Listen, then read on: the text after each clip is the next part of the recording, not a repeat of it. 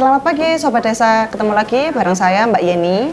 Di podcast kali ini, di episode 3 kita hari ini, kita membahas wisata, tepatnya di lokasi Gunung Bromo. Nah, ini di Desa Wonokitri, Kecamatan Tosari, Kabupaten Pasuruan, di mana salah satu desa ini adalah salah satu penyokong dari wisata yang terkenal di nasional, yaitu Taman Nasional Bromo Tengger Semeru.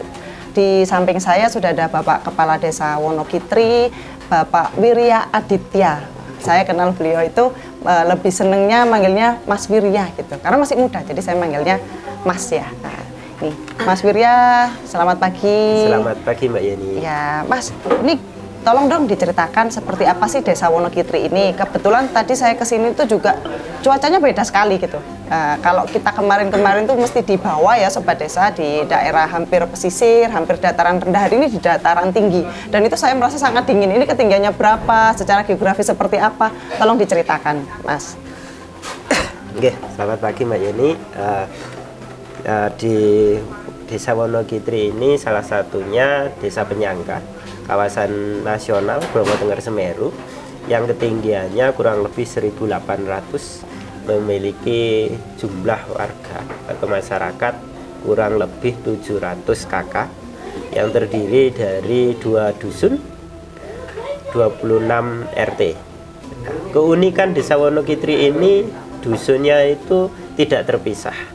Jadi dalam satu lingkup desa itu terkumpul atau mengumpul, berbeda dengan desa-desa yang lain.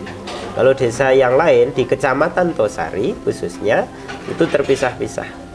Lokasi dusunnya terpisah antara dusun yang satu dengan yang lain. Malah lagi ada yang terpisah desa lain, tapi satu desa.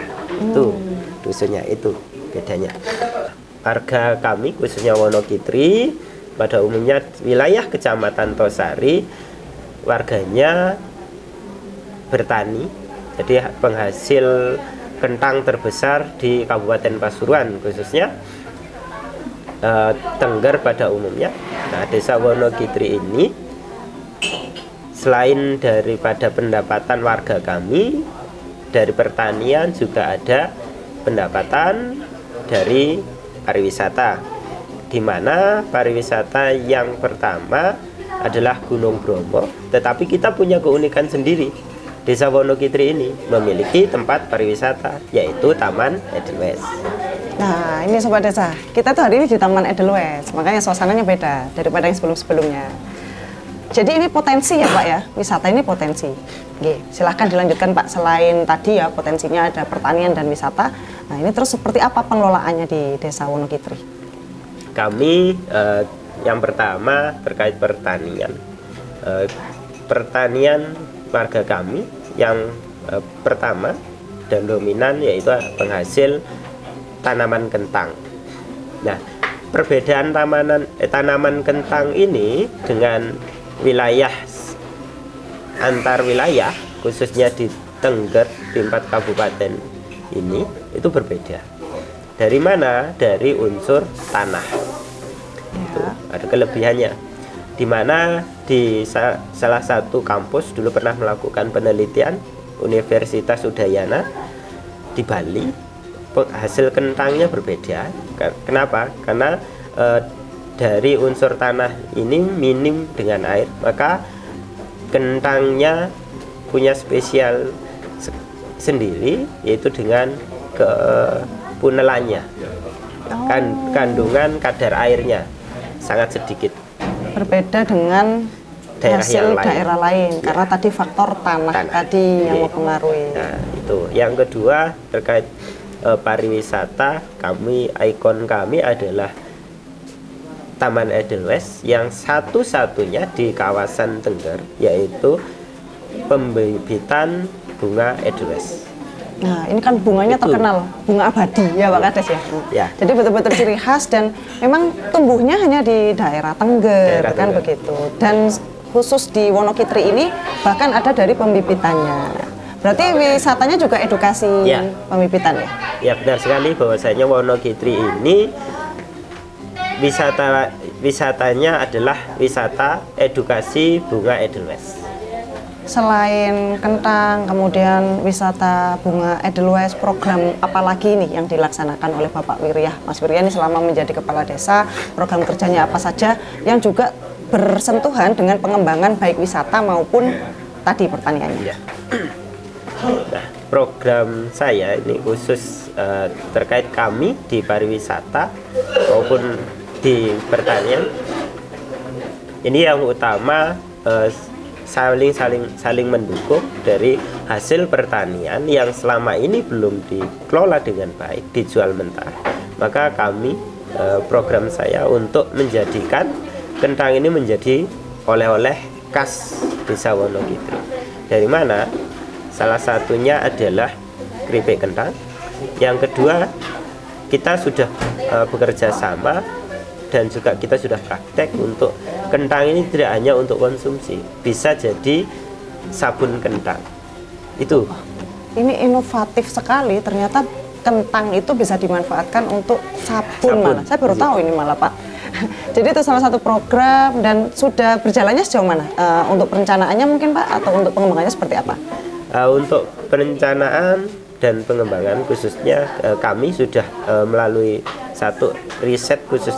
Yang pertama, karena ini menjadi suatu inovasi seperti sabun ini, inovasi yang paling utama bagi kami, tidak menjadi komoditas makanan saja, maka kami sudah melakukan riset, kami juga bekerja sama dengan UB, dan produk itu sudah sempat kami jadikan, cuman kami masih belum kami belum memperbanyak karena juga perlu beberapa tahap uji coba. Ya, uji coba dulu. Nah, untuk keripik kami juga proses dikarenakan Mbak Yeni sendiri tahu wilayahnya Desa Wonogiri yang sangat dingin, juga mencari matahari susah. Iya. Jadi pengeringannya tidak bisa langsung. Itu masih kita perlu cara-cara yang sekiranya keripik itu tidak dengan pengeringan alami lagi. Iya, berarti inovasinya memikirkan pengeringannya seperti apa biar bisa mudah, terutama tanpa bergantung pada matahari yang sangat sedikit di Desa Wonogiri ini. Luar biasa sekali kalau kita melihat ya. Jadi dari hasil pertanian itu yang awalnya hanya dijual mentah, sudah ada inovasi ingin untuk diperbaiki. Apa ya, bukan perbaikan sih Pak ya, tapi lebih pada dikembangkan. Jadi pengembangannya ingin seperti hasil olahan, kemudian bahkan ada inovasi lain, bukan hanya digunakan untuk produk makanan.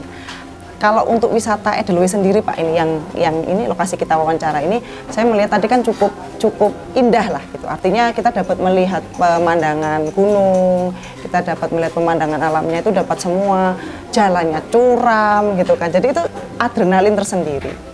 Pengelolaannya seperti apa sih Pak sejauh ini di Taman Wisata Edelweiss ini?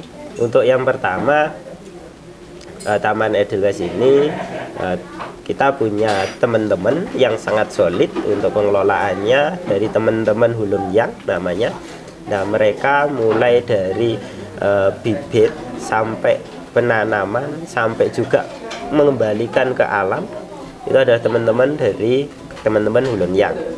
Di mana teman-teman Hulunjang ini juga salah satu dari binaan dari Taman Nasional. Kenapa?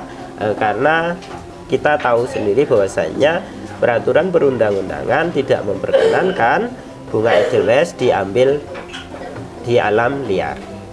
Oh, jadi pengambilan Edelweiss itu diganti dengan pembibitan yang dilakukan oleh teman-teman Hulunjang melalui desa.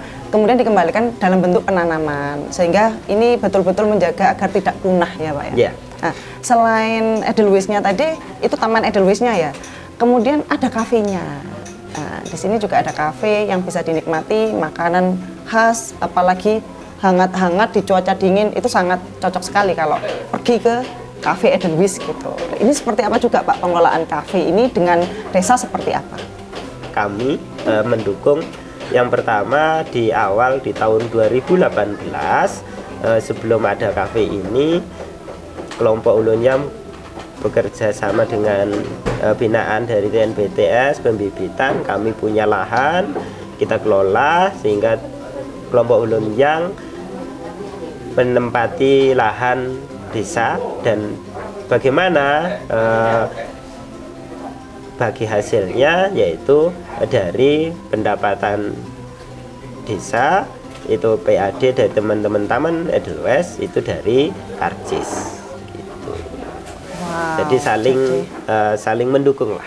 Iya, dan pekerjanya mayoritas warga desa Wonokitri. Ya. Jadi betul-betul mengangkat, selain potensinya juga mengangkat warganya Iya. juga. Jadi dilibatkan semua. Gitu.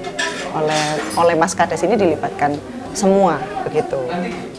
Tadi sempat menyinggung TNBTS, Taman Nasional Bromo Tengger Semeru. Kalau yang ya kita ketahui bahwa itu adalah wisata skala nasional gitu kan. Punya tips enggak Pak, atau saran atau pesan ini bagaimana jika teman-teman itu berkunjung ke Taman Nasional Bromo Tengger Semeru dengan memanfaatkan jalan melalui Wonokitri? Lah ini kita dengarkan ya, kita simak ini seperti apa Pak tipsnya Pak? Oke, yang pertama teman-teman yang mau ke Bromo, sebelum ke Bromo pasti akan berhenti dulu di Wonokitri, maka jangan lupa singgah di Taman Edelweiss Wonokitri. Teman-teman ke Bromo punya kenangan terindah, tidak hanya dinginnya Bromo tapi keabadiannya bunga Edelweiss di desa Wonokitri. Sobat Desa, bisa kita ketahui bersama ya bahwa bunga Edelweiss itu memang simbol keabadian dan adanya hanya di Bromo, gitu. Terutama di desa Wonokitri ini ada Taman Edelweiss. Masuk segmen terakhir ini Pak Kades, ada tidak closing statement, pesan-pesan buat pemuda, terutama buat desa-desa lain, bagaimana mengembangkan desa biar bisa seperti Wonokitri yang terus melakukan perbaikan pengembangan gitu, seperti tanjakan Bromo. Nah, jadi luar biasa sekali perkembangannya. Kalau dulu kita kenal Wonokitri itu bahkan jalannya saja kurang nyaman, sulit dicapai. Hari ini jalannya sudah mudah, ada wisata gitu. Bahkan semua hal ya hampir seperti perkotaan lah wisatanya. Nah, ini tolong Pak Kades disampaikan nih pesan-pesannya seperti apa? Pesan-pesan untuk desa-desa yang lain. Satu, kita berkolaborasi dengan teman-teman pemuda yang inovatif. Kita pemerintah desa menggandeng mereka. Karena apa? Karena yang menjalankan roda pemerintahan, menjalankan dan mengembangkan desa wisata itu adalah teman-teman pemuda. Maka saya berharap saya memberikan motivasi ini untuk teman-teman pemerintahan desa-desa yang lain. Ayo, ajak bersama generasi muda, gandeng tangan mereka dalam mengembangkan tempat di desa Bapak Ibu. Terima kasih. Terima kasih, luar biasa sekali bersama Mas Wirya hari ini. Jadi pesannya cukup ini ya, bahwa membangun desa, pengembangan desa itu bukan hanya tanggung jawab seorang kepala desa, melainkan tanggung jawab semua pihak, terutama pihak-pihak muda yang bisa membantu lebih dalam hal tenaga maupun pikiran dan bisa membantu perubahan bagi desa. Jangan lupa like, subscribe, dan komen, dan terus ikuti perkembangan potensi wisata, potensi desa yang ada di seluruh Indonesia. Salam Hung Ulun Basuki Langgeng.